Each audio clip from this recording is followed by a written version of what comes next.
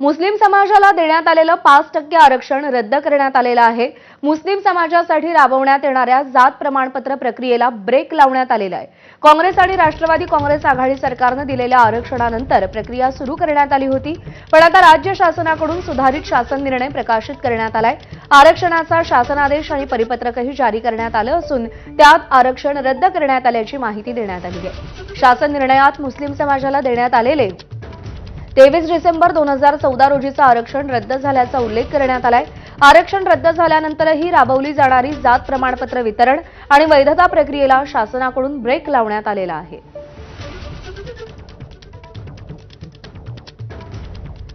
दरम्यान मुस्लिम आरक्षण रद्द होण्यामागची कारणं नेमकी काय आहेत, ग्राफिक्सच्या माध्यमातून एक नजर टाकूया। मुस्लिम समाजाला 5% आरक्षण देणारा अध्यादेश कायद्यात रूपांतरित झाला नव्हता। कायद्यात रूपांतरित झाला नसल्यानं तो आपोआप कालबाह्य ठरला। हायकोर्टानं 14 नोव्हेंबर 2014 ला अध्यादेशातील काही तरतुदींना अंतरिम स्थगिती दिलेली होती। त्या स्थगितीनुसार सरकारी नोकऱ्यांमधील आरक्षणाचा अंमल थांबला होता। न्यायालयीन प्रक्रिया आणि आरक्षणाची मर्यादा ओलांडल्यामुळे विषय वादात होता। आरक्षणाच्या आधारे आधीच प्रवेश घेतलेल्या विद्यार्थ्यांचं शिक्षण सुरू राहणार आहे।